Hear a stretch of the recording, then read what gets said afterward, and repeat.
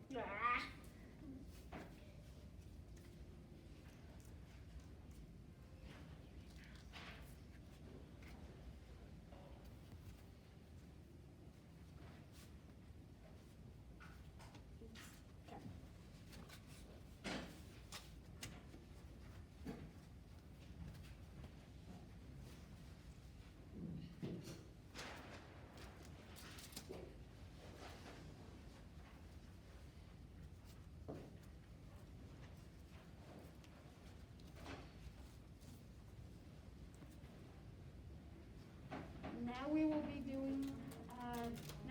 We will talk about the lungs. And okay.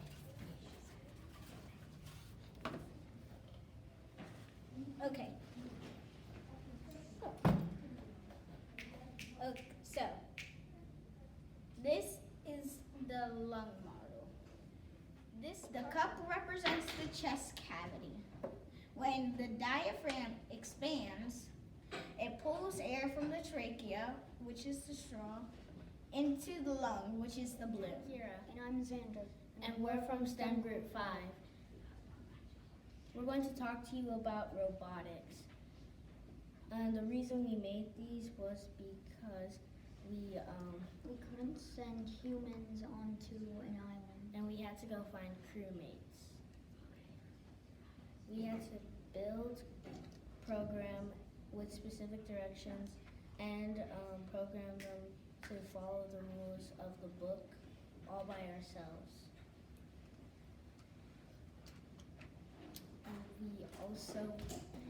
And we also built a bridge that when the island flooded, we also had to build a bridge for the robot to go over. With the help of the robots, we located the crewmates that needed to be found, which were Neff and Sydney. Hi, I'm Chloe, and I will be telling you about the cardiovascular system and snake bites. So, to start off, I'm going to tell you about the cardiovascular system. Did you know that the cardiovascular system helps move blood throughout your body? So, now I'm going to tell you about the parts of the heart. This is the pulmonary artery, and this goes to the lungs. This is the vena cava, and the right atrium is right in here. This is the right ventricle. This is the left ventricle. This is the left atrium, and these are the pulmonary vein, and that's the aorta.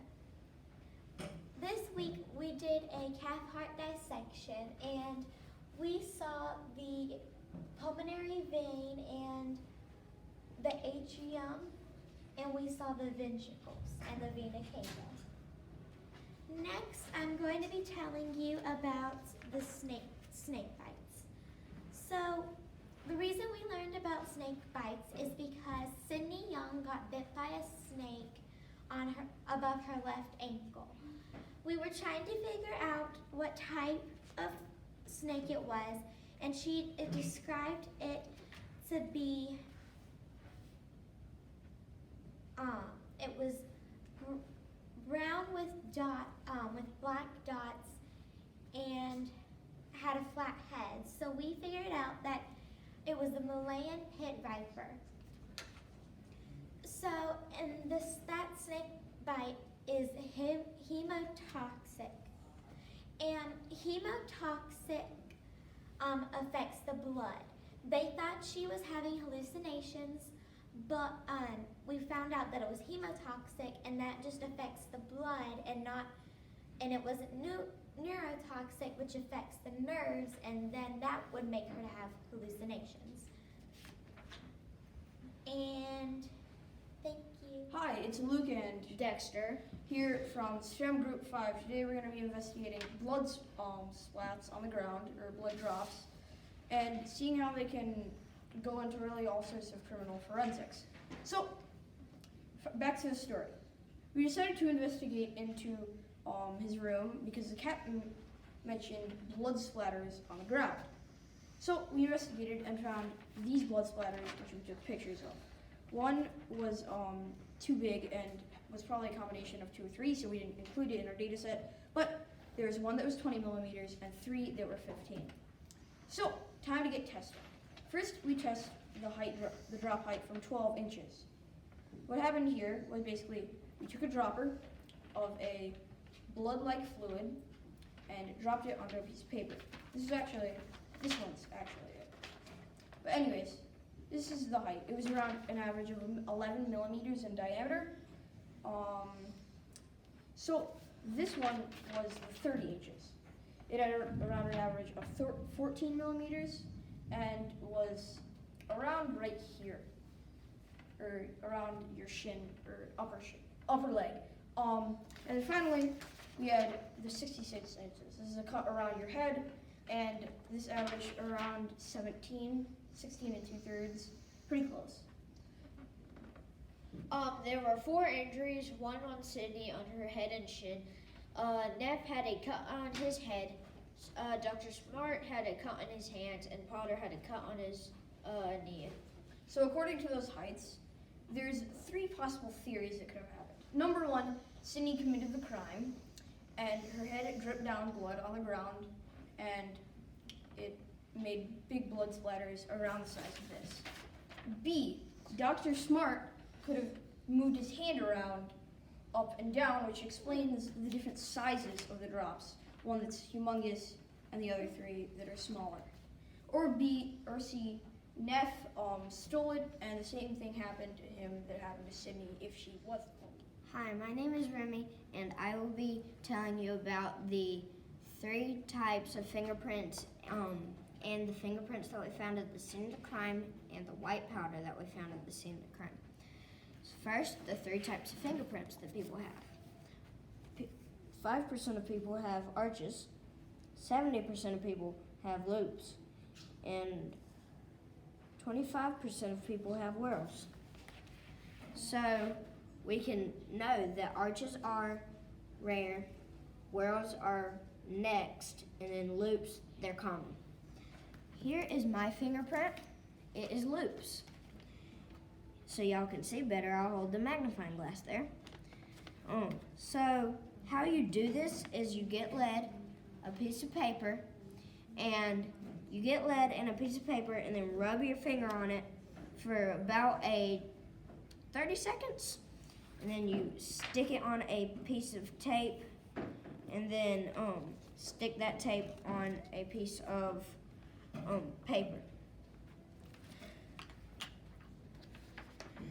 Now, let's compare the fingerprint that was found at the scene of the crime to our suspects.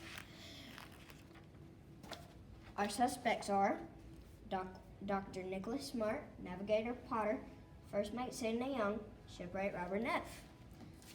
So we can see here that this is loops, and this, Mr. Smart, is loops also. But we don't know if these are loops or anything, but we've already figured out this, so we've concluded that it was Dr. Nicholas Smart's fingerprints on this fingerprint. Okay, so moving on to my next topic, the cornstarch, the mystery powder that we found at the scene of the crime. We have baking soda to compare it to, corn of tartar to compare it to, powdered sugar to compare it to, and cornstarch to compare it to. Here's our mystery powder right here. Can you see it? Put that over there. Here's our cornstarch. Here's our corn of tart. Here's our cream of tart. Here's our baking soda.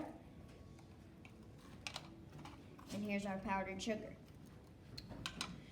Now, if you look closely, you can see that the cornstarch and the mystery look kind of similar. You can see that gradient to this.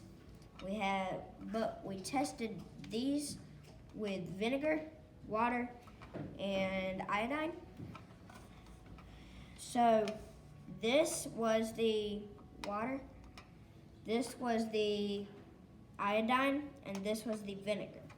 You see the vinegar kind of evaporated some in there, and then here's our iodine, it kind of turned it purple, and then there's our water. These look the same, so we concluded that our mystery powder is cornstarch. So my part of this presentation. Hope you enjoyed my part. Thank you. Hi, I'm Austin from STEM Group 5. We've come a long way and have solved the case. We used CSI, engineering, and medicine along the way. We discovered Neff and Dr. Smart teamed up to steal the map. Dr. Smart was the mastermind. He stole a piece of the map, and he made a deal with Neff and for a piece of the treasure. But in the end, they got busted by our great investigation work. We hope you have enjoyed learning about our mission.